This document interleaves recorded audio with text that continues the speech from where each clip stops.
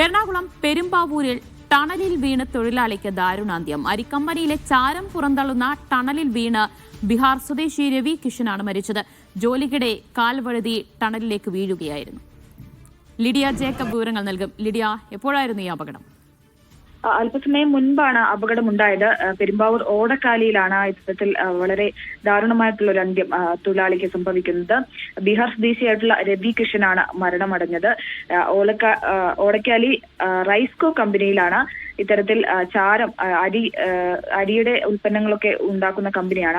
അതിന്റെ ചാരം പുറന്തള്ളുന്ന ടണലിനുള്ളിൽ അതിന്റെ പരിസരത്ത് പണിയെടുക്കുമ്പോൾ കാൽ വഴുതി ടണലിനുള്ളിലേക്ക് വീഴുകയായിരുന്നു. മറ്റൊരു തൊഴിലാളി കൂടിയുണ്ടായിരുന്ന മറ്റൊരു തൊഴിലാളി ഇത് കാണുകയും മറ്റുള്ള ആളുകളെ ഉടമസ്ഥനെ അടക്കം വിളിച്ച് വിവരം അറിയിക്കുകയുമായിരുന്നു. ഫയർഫോഴ്സ് എത്തി ഈ വീണയാളെ പുറത്തെടുത്തെങ്കിലും ജീവൻ രക്ഷിക്കാനായില്ല. ഉടൻ തന്നെ ആശുപത്രിയിൽ എത്തിച്ചെങ്കിലും ആള് മരിച്ചിരുന്നു. ശരി, ലിഡിയാണ് വിശദാംശങ്ങൾ നൽകിയത്.